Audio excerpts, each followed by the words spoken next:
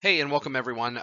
It is the first lecture of the second half of the course content. So, as I joked before, everything you've learned previous to this, you can go ahead and forget if you're done with the midterm. And no, I'm kidding. But the final exam, just as a reminder, is not cumulative, so it'll basically just cover everything that we talk about from this point on. Also, my face is now in a circle in PowerPoint when I record videos. I don't know why, but yeah, it's an interesting change. So we're going to start off this second half of the semester by talking about international organizations at kind of a high level. A lot of our focus in the second half of the class is going to be on specific international organizations. We'll spend some time talking about the United Nations, for instance, the European Union. We'll talk about NATO, these different groups here.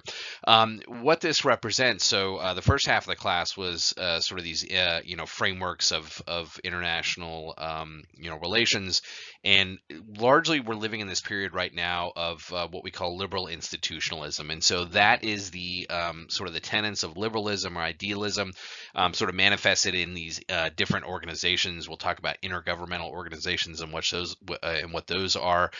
So really, this is acknowledgement that we have sort of transitioned, largely coming out of World War II, to this current system where nations are more focused on cooperation, and sort of the benefits of that, and so the drawbacks. And so that's what we'll be going into for the remainder of the class. So let's go ahead and get started. So when we talk about international organizations, there's all different types here. So we're going to talk about a few of those. Some are organizations comprised of different governmental groups. So we call those intergovernmental organizations. That would be like, for instance, I mentioned the European Union or the United Nations. But you have others that are actually comprised of international organizations that aren't governmental at all. And we refer to those as NGOs. Those are non-governmental organizations. Some of those you might have heard about. Doctors Without Borders, Amnesty International, Greenpeace are examples there. The other type that also aren't governmental organizations are multinational corporations. And so companies are heavily involved in international relations as it relates to, trade policies and tariffs and whatever their own sort of strategic goals are. So those are a lot of the companies that you can think about that have brands that are sort of span kind of the globe there. A joke because it's funny if you go to, spend some time traveling in Asia. I've been some odd places in China. I've been to Guangzhou and Chengdu, which are cities that I'll admit that I wasn't even familiar with before I went there, and they just happen to be small Chinese cities of over 10 million people. The size of LA. Just to put that into perspective, but it's always funny because you very much have a lost in translation moment when you're there on the streets, and then you look around and you see a KFC. And there's quite a few of them in Latin America too that I've noticed in my travels as well. So obviously, KFC is actually owned by PepsiCo. I know that because my dad was a truck driver for Frito-Lay for his entire career, and Pepsi actually gave me a college scholarship to go to as a child of an employee. And that's within that host of brands there. So a good example of a multinational corporation. Let's talk about some regional intergovernmental organizations before we sort of jump into kind of the larger ones. And so while the United Nations, represents essentially almost every global state on the planet here, there's a lot of intergovernmental organizations. In fact, most are more regional in nature. And so they're tied to kind of a specific geographic area where countries in that area might have sort of similar needs or similar challenges. And so they work to address those. Several reasons why these form. A shared national identity might be tied to it. So, for instance, if you look at the Benelux countries there on the right, Belgium, Netherlands, Luxembourg, they have a shared sort of cultural history. Certainly during World War II, they were kind of in the same, unfortunately, the same plight as the German land war across Europe took place here. Given their proximity, it makes it easier to engage in trade, right? So if you're, in Belgium and you have, trying to think of things that the Belgians export. We'll say chocolate because that's all that comes to mind. You have a lot of chocolate. You don't have a lot of tulips. Lo and behold, the Netherlands are just in the north of you guys. You can swap those out, and I know. I feel bad that that's the only thing I could think of that come from those countries, but just use that as an example there. A lot of times they have shared threats, for instance. So, obviously World War II is a great example of this, right? I think after the war, I think the Benelux countries very much realized that they were susceptible to any sort of future land invasion that would happen to occur in Europe. More recently, obviously, as a part of the European Union, immigration is a big sort of issue and challenge for a lot of these countries here. Um, these regional organizations also have the ability to pool their collective GDP together and resources. So, they might be too small as a single state to really exert any influence, but as a collection of states, they actually have a little bit more spending power and more power in general. And this also helps to facilitate peaceful relations between the states and these peoples, right? So, generally you want to get along with your neighbors, which if you spend any time on Nextdoor, it's kind of hard to believe that sometimes. But as countries, you want to have good relations with the people that you share borders with, and this is one of the ways that you can aid that. Just talking about some other examples of regional intergovernmental organizations. We use the African Union, for instance. So this was formed in 1999. It was established to create unity across Africa. So if you look at the history of Africa, so my roommate in graduate school actually studied African American politics and not African American, African politics in history. So he spent a lot of time traveling there. Obviously, Africa is its history, relatively recent history, has been marked by colonialism and exploitation of resources there.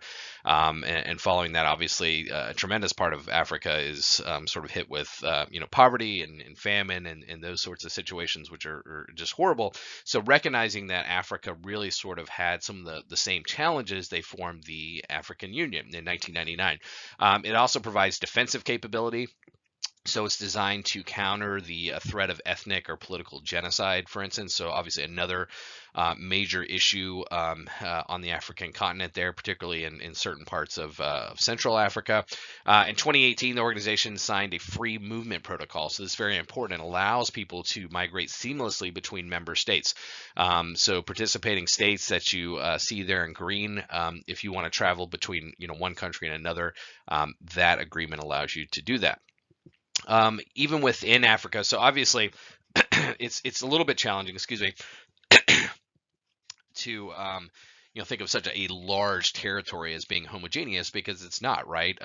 Northern Africa has a completely separate cultural identity than Central Africa, which is completely separate than Southern Africa. So you have actually these smaller sub-regional organizations that exist as well. So the Arab Maghreb Union would be the Northern African and some of the Islamic states, the East African community, Somalia, Sudan, Zambia. You see the countries listed there. My wife, I mentioned, is an immigration attorney. She surprisingly gets a lot of clients from Eritrea, which is a small country adjacent to Somalia. And I've met a few people over the course of my life, and they always tell you they're from Somalia because nobody knows where Eritrea is. And then they're always very excited when you tell them that you know what that country is.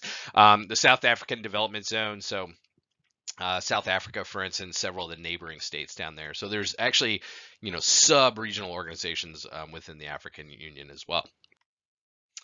Another one that's pretty broad and vast, the Organization of American States, and that covers most of the Western Hemisphere that you can see there. So this was formed in 1948. It's actually headquartered in D.C. Represents the interests of the Western Hemisphere. Principally focuses on election monitoring and making sure elections are free and fair and democratic here. This idea came in 1868 as a result of the Congress of Panama. They were concerned about their collective security, and interestingly enough, so it's funny to me that the capital is in D.C. and the United States has so much influence over this, because when it was initially formed, it was designed, and the idea there was to protect a lot of Latin American states from sort of Western influence and influence from the United States. Several, again, such as with the African Union, there are several micro or sub-regional intergovernmental organizations within that. You have the Association of Caribbean States, the Organization of Eastern Caribbean States, more specifically. So there are pretty distinct cultural differences on the two sides of the Caribbean there. The Union of South American Nations, and the Bolivarian Alliance for the Peoples of Our America, which is a bit more of a, we sort of consider that to be a socialist organization that's kind of focused on sort of pro-capitalist sort of aggression, or at least the perception of within Latin America. Asia, again, another just incredibly diverse continent. Excuse me. So founded in 2002, you've got the Asia Cooperation Dialogue. So this was created to create cooperation between just multiple Asian alliances that already existed, such as ASEAN, the Gulf Cooperation Council, the Eurasian Economic Union, for instance. Here, talking about some of those ASEAN, the Association of Southeast Asian Nations. That's 10 countries or 10 states with a combined population of 686 million residents. So it's not a lot of people, when they think about populous areas, don't think about places like Indonesia, for instance, that have a huge population. One of the stranger and more unique things that I've worked on in my career is when I was in Tampa, we as a region were hosting the the IFA Awards, the Bollywood Film Awards. So if you're a fan of Bollywood movies, the very first time it was hosted in the United States was actually in Tampa. And I was as a part of the team, as a delegate of the airport that assisted with that. And you learn a lot, and you realize how sort of limited your perspective is, because the Bollywood Film Awards actually has higher viewership than the Super Bowl on TV, which I think we were all sort of fascinated by. But it's largely driven by not just Indian viewers of that program, but a lot in Southeast Asia. So a very large population area there. Southeast Asia's challenges, there are many, but unstable governments historically have always sort of been a challenge there, led to human rights violations. And so that's sort of spurred this organization to really sort of focus on enforcing quite handedly some of the UN human rights directives that we'll discuss later in the class. I mentioned the Arab League briefly before. So this was formed in 1945. As an organization, it's actually struggled a little bit to maintain influence. And if you see geographically where the participating states are there, so northern Africa, Middle Eastern states, so those largely that share a Islamic cultural identity. This was created through this kind of bolstered sense of Arab nationalism, this idea that Arab, principally Islamic nations and states should join together for their own best interest. It's found little interest in leaders sort of ceding sovereignty to the Arab League here. And a lot of that has to do with the varying politics in some of these countries, and how these leaders come to power, and the extent to which they want to give up that power. The additional challenge is, in a lot of these Arab states, you have a wide sort of gap in wealth between, the elites in these states, and then the larger, more impoverished class. In a lot of these countries, obviously, you have trade agreements, and some of the accusations that have been levied on some of these states is that many of them engage in contracts and agreements with Western energy corporations that make the elites very wealthy at the expense of the common residents of these countries here. And so that is sort of perceived, any sort of intergovernmental action through the Arab League is kind of seen in some places as a threat to that system there. So that's why they've struggled a little bit here. The Arab League has also been criticized, by some of its member states by not doing more to condemn Israel for the perceptions of some of its actions historically too. So that's a big point of contention within the Arab League as well. So let's talk about, now that I've listed some of these, regional intergovernmental organizations, let's talk about the benefits and challenges associated with these sort of in general. So on the benefit side, these intergovernmental organizations foster greater globalization in trade. So they are one of the things that sort of breaks down trade barriers. And then so you receive obviously the benefits that come through that. It creates these security clusters that minimize the impact of rogue states and that sort of thing. So obviously, if let's imagine North Korea wants to sort of assert itself and take more territory, well, you have these intergovernmental organizations in the region that theoretically should stop that. Can multiply the strength of states with common concerns or security challenges, right? So if one state's threatened, then you have to essentially take on all the states as a part of that organization there. That is the sort of founding principle or idea behind NATO, the North Atlantic Treaty Organization, which has come up a lot recently, obviously with Russia's perception of the threat of Ukraine joining NATO, and now you have a couple Scandinavian countries looking to join as well. On the challenges side here, so this can foster a detrimental form of nationalism. Obviously, if you're a citizen living in one of these countries and you're giving up certain freedoms, or you're paying taxes to that are essentially going to aid other countries there, then that can create some semblance of resentment. We're going to talk, when we talk about the European Union in this class, the sort of growing nationalism around the European Union that really sort of drove the Brexit decision there.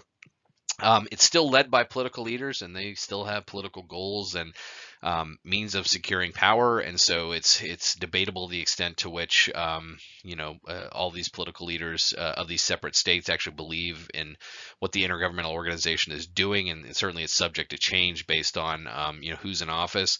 Also subject to corruption and mismanagement. I mean, again, it's a collection of countries, is still a governmental organization, and you still have that opportunity for corruption there. And then, like as I mentioned, the mission of these organizations can change over time as you have changing leadership. If voters select new leaders, that might change the direction of those organizations, or might lead a country to abandon it altogether, as we saw with Brexit. Shifting a little bit here, let's talk about non-governmental organizations, or NGOs. They are international organizations, but they have the benefit of being free from the government. And they're tasked with raising funds to support whatever their respective mission is. So they're kind of like, think of them like nonprofits, as many are. So a lot of times they have a specific thing that they work on. I use the example of Doctors Without Borders, which is focused on providing the very best in Western healthcare and access to countries such as third world places where they don't have access to that. There are an estimated 40,000 international NGOs that were active as of 2022. They typically have, like I said, an altruistic type mission that's sort of centered around, creating improvements in various parts of the world. The benefit of these organizations is that intergovernmental organizations can actually contract with them. So, for instance, the United Nations can give funds, and they do, to organizations like Doctors Without Borders because they have specialized expertise. They can go in these territories and essentially carry out the mission of the UN, but do it a little bit better. NGOs benefit from not being held accountable to government criticism and regulations. So, there's two sides of that sword, right? With governmental regulation, you in theory get better access and information, or at least the public does, to what they're doing. On the flip side there, you have an organization that isn't susceptible to, you've got a new leader in power that doesn't agree with their mission. They're independent of all that, so that helps. They are donation dependent, though. And so they are dependent, obviously, to donors. And like any nonprofit organization, if you have activist donors, or somebody is contributing a larger share of your operational funding, obviously you're going to be you're going to tailor your mission to some extent to kind of their preferences and what they're looking for. Amnesty International, just to give you a couple examples. One of the larger ones, headquartered in the United Kingdom. It's an international NGO that's focused on human rights across the globe. More specifically, they identify and track violations of international law, which we'll talk about here at the end of this presentation, and then just human rights violations in general. They bring awareness through, they have a network of over 10 million members, and so they're largely awareness driven.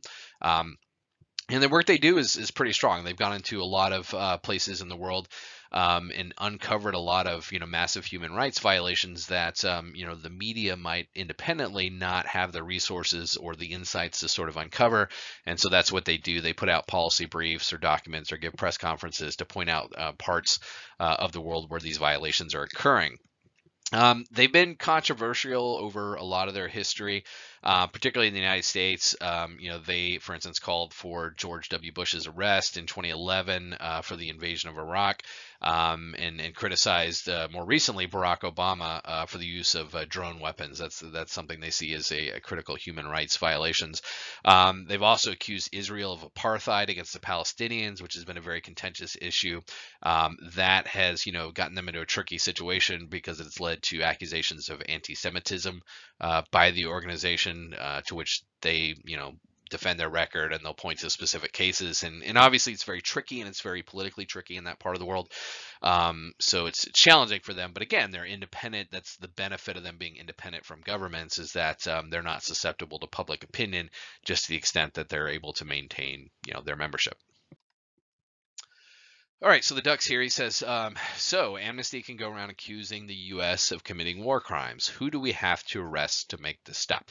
So again, they're a private organization. The vast majority of their funding comes from private donors. They do get some government funding, not from the U.S., but there's a couple countries that contribute.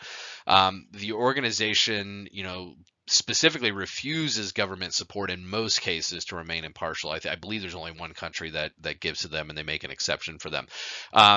Barring unless they make sort of libelous claims or false claims, their only accountability is to the membership and their stakeholders. And again, is hopefully you're thinking about this. I mean, that can be a good thing or a bad thing, right? Because there are times where government intervention and regulation is helpful, and there's times where it can sort of derail what otherwise would be a good mission there. So it's very tricky, but this is perceived as an advantage, particularly on the human rights issue, because again, it's very political, right? So we see this. I've mentioned the situation with the Uyghurs in China, and that's very contentious because a lot of Western countries who are trying to maintain trade relationships with China don't want to get involved. Amnesty International has no trade relations. They can say whatever they want, and they can, in their perspective, speak the truth, free of any sort of political type pressures there. Greenpeace is another one. So it started in 1971. They primarily focus on messaging to the effects of climate change. So again, they're an advocacy-based organization here. Climate change, deforestation, overfishing, commercial whaling. For a long time, they have the Japanese government really does not like Greenpeace because it is one of the few countries left where whaling, commercial whaling, has been a large portion of their economy and culture there. They're opposed to genetic engineering and anti sort of nuclear issues.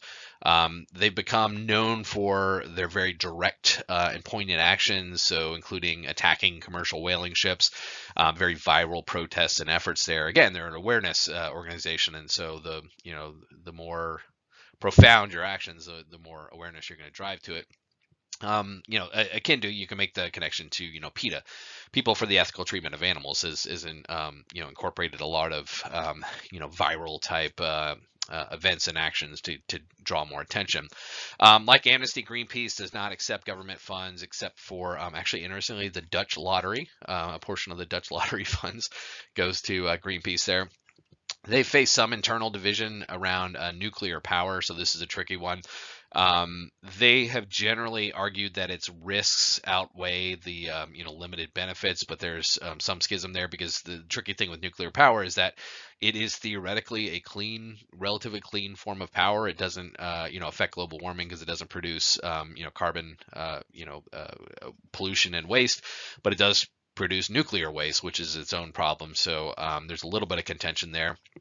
Their actions have often been labeled as acts of terrorism by some opponents. So again, when we go back to that constructivist sort of perspective that terrorism is hard to define because it's sort of in the eye of the beholder, is attacking a commercial whaling ship an act, considered an act of terrorism?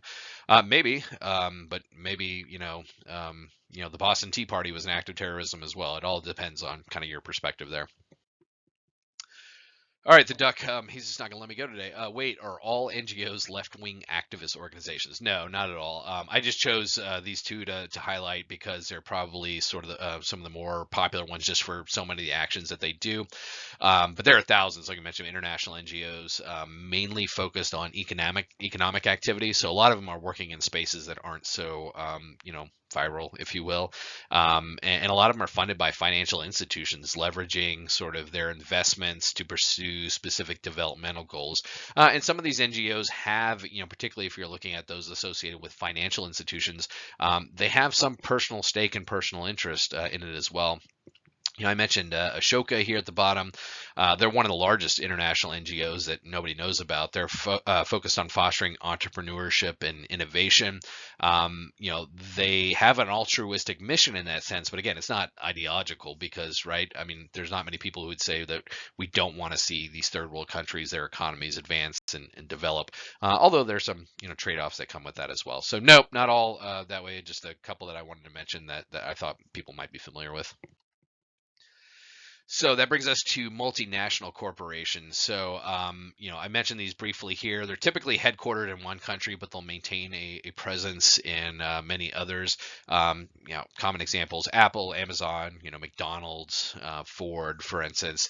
These multinational corporations often lobby governments for favorable policies, particularly trade policies, and the ability to sort of shop international states with operating conditions conducive to their business. So, the reason Apple, for instance, is so heavily engaged in many of the Asian markets is because they could plant their operations, their manufacturing operations there.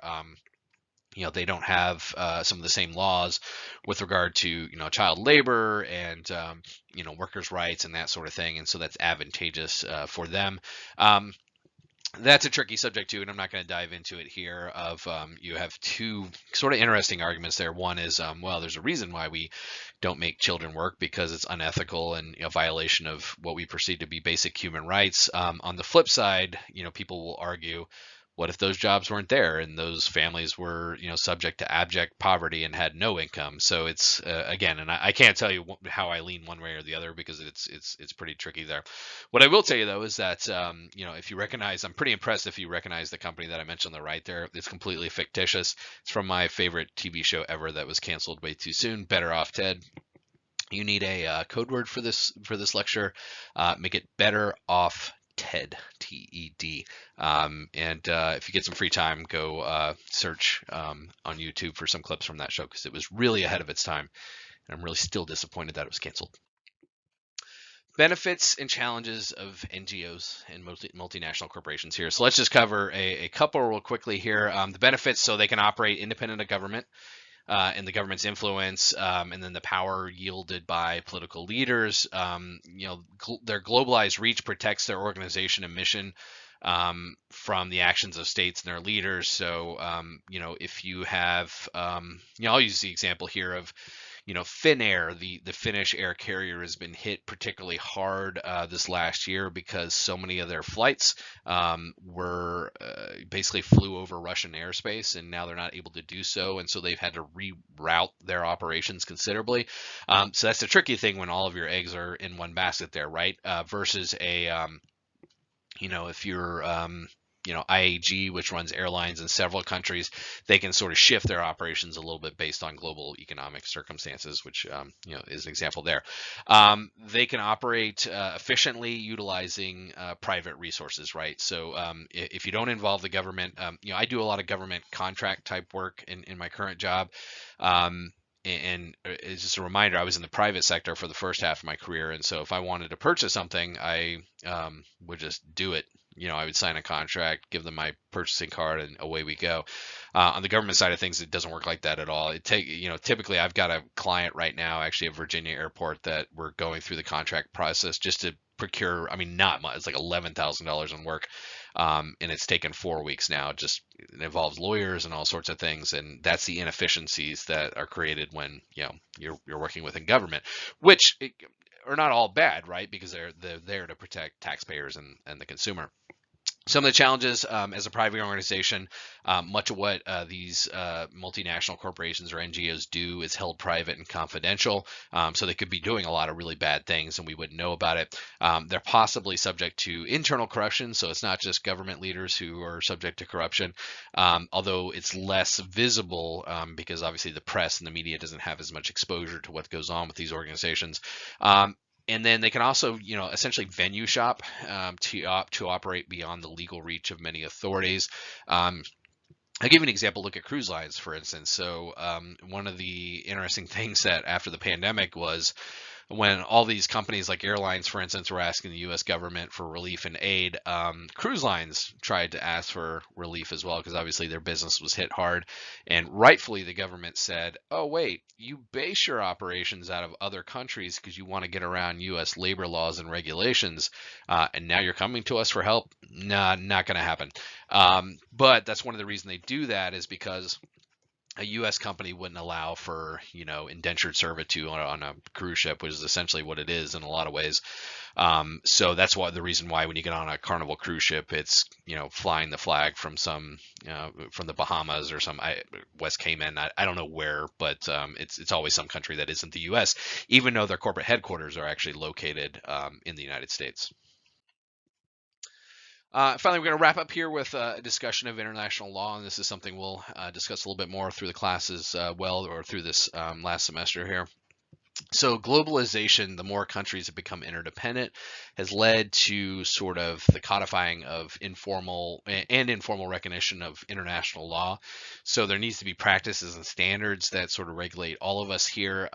International law is simply a body of rules established to set requirements for the relations between states. And so, and then also we'll talk about common space as well, for instance. So the vast oceans, for instance, that aren't owned by any, specific country, or, near orbit space, for instance, where, different countries have different satellites and private organizations. All that needs to be regulated to some extent.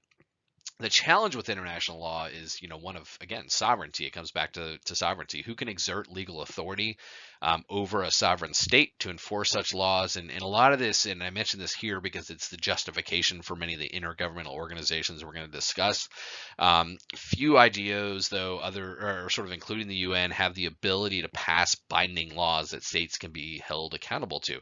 And as we'll talk about, it's entirely, dependent upon the will of the individual states that comprise these organizations, whether or not they want to actually enforce international laws. Speaking of international laws, can they be enforced? Well, many countries such as the U.S. recognize the laws of other countries so long as they are not in violation of specific treaties. So there's a more informal practice of not violating other countries' laws in your relations and negotiations. Historically too, there have been cases back in the 90s. A guy, what did he do? He was in Singapore, and I forget what he did. It's something that would seem trivial to most people, like maybe littering or something like that, or cursing. I don't remember what it was, but anyways, he was sentenced to caning, to being, basically a bamboo cane, sort of, and being struck in the back with it. There was a lot of uproar, like, how can the U.S. government allow this? Well, the U.S. government's response was, we don't, they recognize our laws, we recognize theirs. There's not much I can do for you there other than try and get you a lesser sentence, which they weren't able to do. International law is often perceived as being inherently discretionary, though, and these laws are largely unenforceable except through either reprimands or sanctions, and sometimes those aren't really effective. In the case of, again, I mentioned Cuba previously here, so half a century of sort of trade embargo didn't really sort of affect any policies in Cuba there. Furthermore, scholars have suggested that because international laws are set by the dominant state actors, they are inherently biased. And thus beyond the scope of sort of traditional justice. So if only a couple of countries are really writing the laws there, then you get these interesting sort of cultural situations. For instance, it's kind of died out of the press, but there was a lot of uproar several years ago about some of the practices in some African countries related to it was like genital mutilation of young girls, and as a cultural practice there in Western states, where I can't believe they would do this. And then the countries that were involved, or the peoples that were involved, said, well, don't you have that with, aren't boys circumcised as soon as they're born? And it was like, oh, a tricky situation there. But again, a lot of, just draw the point that a lot of this is sort of socially constructed based on the countries that are sort of writing the international law. So it gets very tricky. We're going to talk about this more. So that's your introduction to international organizations. If you missed it earlier, the code word was Better Off Ted, which was an amazing show that was canceled. Make me very happy if you went onto YouTube after you closed out of this and watched some clips there. Very funny show. Anyways, hope you enjoyed this, and we'll see you next time. Thanks.